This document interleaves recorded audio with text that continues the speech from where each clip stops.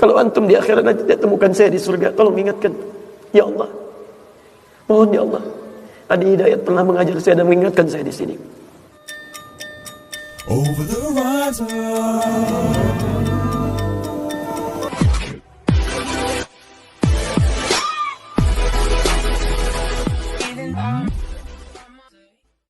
Terima kasih sudah klik video ini, tapi jangan lupa guys, klik tombol subscribe. Maka pastikan di kantor Anda, teman Anda bisa membawa Anda ke surga. Pastikan di rumah Anda, pasangan hidup Anda adalah teman yang bisa membawa Anda ke surga. Pastikan di tempat kehidupan Anda, siapapun tetangga Anda, kerabat Anda, teman-teman sekolah anak Anda adalah teman yang bisa mengingatkan dan membantu Anda untuk mencari Anda bisa masuk ke dalam surga. Dan saya mohon pada Anda semuanya, tolong ingat ini ya, baik-baik. Kalau nanti di akhirat Anda tidak temukan saya di surga, tolong ingatkan kepada Allah, saya pernah ada di sini. Saya pernah ada di sini. Tolong ingatkan. Kalau antum di akhirat nanti tidak temukan saya di surga, tolong ingatkan. Ya Allah, mohon ya Allah, Adi Hidayat pernah mengajar saya dan mengingatkan saya di sini. Ya. Subhanakallahumma wa bihamdika asyhadu an la ilaha illa anta astaghfiruka wa atubu ilaik. Wa akhiru da'wana alhamdulillahi rabbil alamin. Para hadirin yang dimuliakan oleh Allah Subhanahu wa ta'ala, Nabi sudah tidak ada di atas muka bumi ini. Apa balasan kita terhadap Nabi? Apa jawaban kita terhadap cintanya Nabi nanti di akhirat? Itu apa balasan kita? Nabi mengatakan, al-ulama warathatul anbiya, innal anbiya lam yuwarrithu dinaran wala dirhaman wa innama warrathul ilm. Kita cintai pewaris-pewarisnya Nabi. Nabi memang sudah tidak ada, tapi Nabi meninggalkan ilmu, dan ilmunya dipegang oleh para pewarisnya.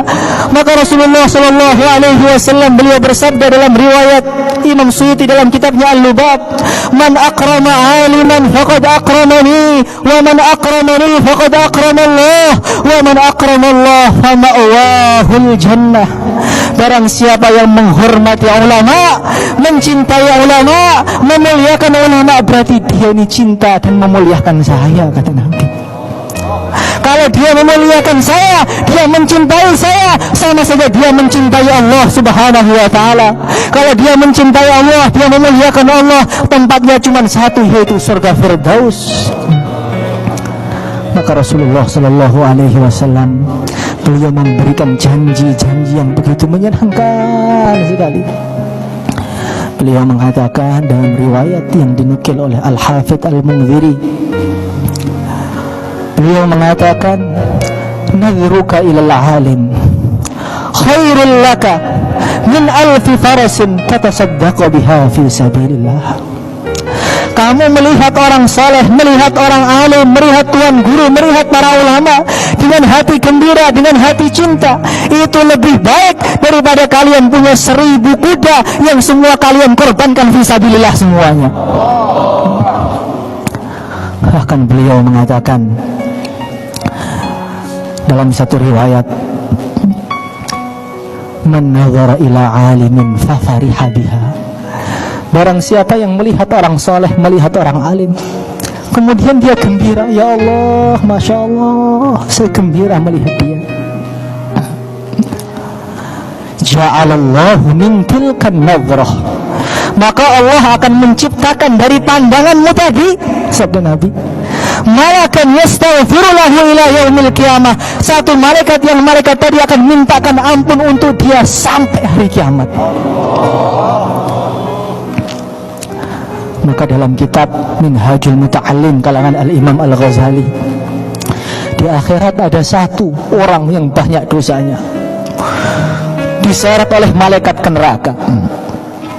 Maka Allah berfirman, adrik ibadi, itu kamu susul hambaku itu.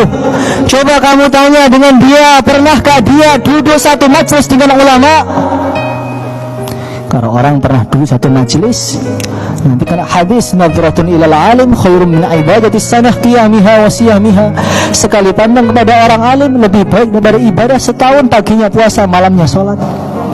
Coba kamu cek, pernah nggak dia dalam seumur hidupnya pernah tinggal satu majelis, satu rumah dengan orang alim? Maka malaikat datang, wahai fulan, Allah subhanahu wa ta'ala bertanya kepada engkau, dan Allah subhanahu wa ta'ala maha tahu, pernah nggak kamu satu majelis, satu rumah, satu masjid dengan ulama? Tidak pernah. Maaf, saya tidak pernah. Saya tidak pernah menghadiri majelis mereka. Saya paling anti mendatangi majelis seperti itu. Maka malaikat datang, ya Allah, ternyata tidak pernah ya Allah. Kamu tanya lagi, pernah nggak dia dalam hatinya ada cinta kepada ulama walaupun hanya sebesar biji zarrah saja? Hei Tuhan, pernah nggak kamu cinta kepada ulama walaupun hanya sebesar biji zarrah? Tidak pernah. Saya tidak pernah cinta dengan ulama. Maka Allah bertanya lagi, adrik ibadi, tanya lagi, hallahu sadiqan yuhibbu aliman? Dia punya teman apa enggak yang teman tadi cinta dengan ulama? Hei fulan, apakah kamu punya saudara, punya teman yang teman kamu cinta dengan ulama? Kalau itu saya punya. Maka Allah berfirman, ghafartu lahu lidzalik. Saya ampuni dosanya karena dia cinta kepada orang yang orang tadi cinta dengan ulama. Hadirin yang dimuliakan oleh Allah subhanahu wa ta'ala, merekalah pewaris-pewaris Nabi. Maka kerja agama apapun saja yang tidak diarahkan, tidak dibarengi dengan ulama, itu namanya bukan kerja agama, itu menghancurkan agama. Ditulis dari kisah yang benar terjadi, sebuah cerita kehidupan yang menarik dan mengharukan. Kami beri judul Terlambat Tapi Belum Terlambat. Nama saya Hartono. Saya doktor di salah satu universitas terkenal di Bandung. Saya dibesarkan di keluarga modern, di mana ilmu pengetahuan dan kekayaan duniawi sangatlah penting dan diistimewakan. Anak saya 3, semuanya sekolah di luar negeri. Saya menulis buku panduan bagaimana supaya bisa menyekolahkan anak di luar negeri tanpa dihantui beban biaya yang mahal.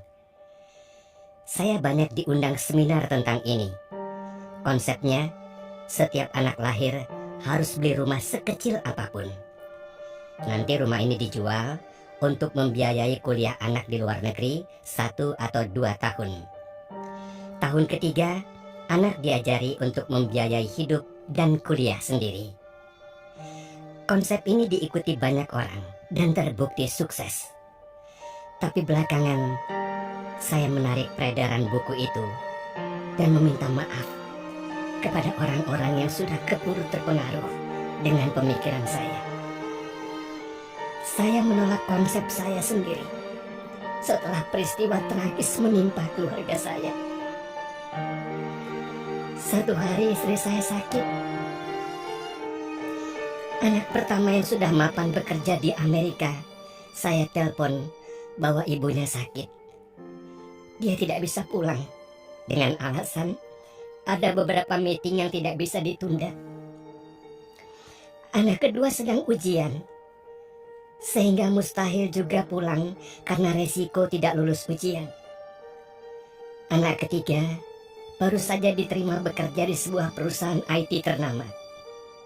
Tidak mungkin karyawan baru meninggalkan pekerjaan karena alasan keluarga. Ternyata Allah menakdirkan istri saya meninggal seminggu setelah ia dirawat di rumah sakit. Tak satu pun anak saya hadir di pemakaman ibunya. Saya sedih dan terpukul. Saya tidak bisa menyalahkan siapa-siapa karena itu akibat dari saya yang saya ajarkan kepada anak-anak. Sayalah sekarang yang menanggung akibatnya. Belakangan saya mendalami agama. Saya belajar ngaji, belajar memahami apa yang diajarkan Nabi, belajar bagaimana mendidik anak menurut Islam dan lain-lain. Ternyata saya salah besar. Harusnya saya tinggal bersama orang-orang soleh. supaya anak saya terbiasa ke masjid dari kecil, terbiasa ngaji, terbiasa mendalami ilmu agama, terbiasa dekat dengan ulama. Syukur kalau bisa sekolah di pesantren. Tapi semua sudah lewat. Waktu tak mungkin diulang. Saya merasa sudah menjerumuskan anak-anak dengan menyekolahkan anak saya ke luar negeri. Mereka jadi jauh dari agama, jauh dari pemahaman konsep hidup yang benar sesuai dengan tuntunan Rasulullah. Sekarang saya jual aset-aset saya. Saya memilih hidup bersama orang-orang soleh. Saya merencanakan pindah ke kompleks rumah tinggal yang mementingkan tetangga seiman, semasjid, dan sepengajian daripada sekedar tetangga biasa. Saya memilih tinggal di tempat yang mengutamakan persiapan kehidupan di akhirat kelak daripada sekedar kehidupan di dunia. Saya membeli lahan yang cukup besar. Insya Allah akan saya bangun tahun depan. Saya akan tinggal di sana, ngaji di sana, dan membangun bisnis di sana. Siapa tahu nanti salah satu cucu saya mau tinggal bareng saya dan sekolah di pesantren di sana. Bisa hafiz Quran dan jadi aset saya kakeknya. Semoga.